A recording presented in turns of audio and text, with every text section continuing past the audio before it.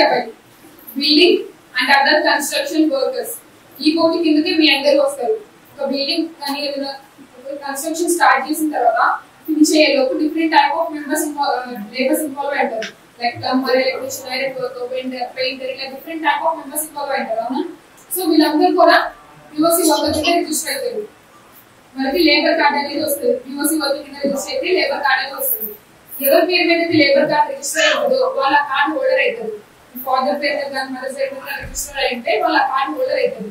And అందులో ఎవరి names అయితే మెన్షన్ చేసి ఉంటాయో వాళ్ళ కార్డ్ డిపెండెన్స్ కింద వస్తుంది. ఓకే, మీ మదర్ పేరు మీద కానీ ఫాదర్ పేరు మీద కార్డ్ ఉంటే అందులో మీ నేమ్స్ మెన్షన్ చేస్తుంటే ఎవరి పేరు మీద మెన్షన్ చేస్తుందో వాళ్ళ కార్డ్ హోల్డర్ అవుతుంది. అండ్ అందులో మెన్షన్ చేయబడ్డ నేమ్స్ అన్ని కూడా మీరు డిపెండెన్స్ కింద వస్తారు.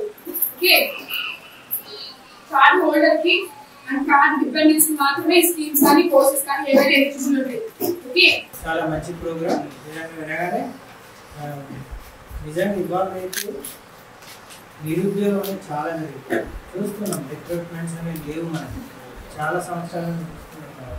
సో అలాంటి పరిస్థితుల్లో మనకేంటంటే మంచి ప్రోగ్రామ్, నిజంగా ట్రైనింగ్ ప్రోగ్రామ్ అని. ఏదైనా జాబ్కి వెళ్ళాలంటే అడుగుతారు, వర్క్ చాలా అడుగుతారు.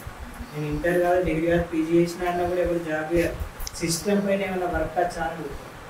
ఓకే, మంచి ప్రోగ్రామ్ ఇది, మంచి ప్రోగ్రామ్. ఎందుకంటే నేను డైలీ చెప్పేది మీకు మామూలుగా డిగ్రీ పీజీలు చేస్తే సరిపోదు, ఖచ్చితంగా ఏదైనా స్కిల్స్ అనేది ఉండాలి. ఆ స్కిల్స్ అనేవి ఉంటేనే ప్లేస్మెంట్స్ కూడా ప్రొవైడ్ చేస్తారు.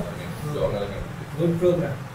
జాబ్ మేళాలు పెట్టడం ఇవన్నీ కూడా ఫ్రమ్ ద బిగినింగ్ నాకు ఇప్పటి 98, 2000 నుండి కూడా నాకు తెలుసు. So many job melas participate చేయడం జరిగింది, కండక్ట్ చేయడం జరిగింది. అది మంచి ప్రోగ్రామ్ ఇది. ఇంకొకటి దీన్ని బాగా యూటిలైజ్ చేసుకుంటాం. ఇంకొకటి ఎంత మంచి ఆలోచన అంటే కూలీ చేసుకున్నటువంటి వాళ్ళ పిల్లలు కూలీలుగా మారద్దు అనేది చాలా హర్షణీయం. నిజంగా క్లాప్స్ కొట్టండి ఒకసారి.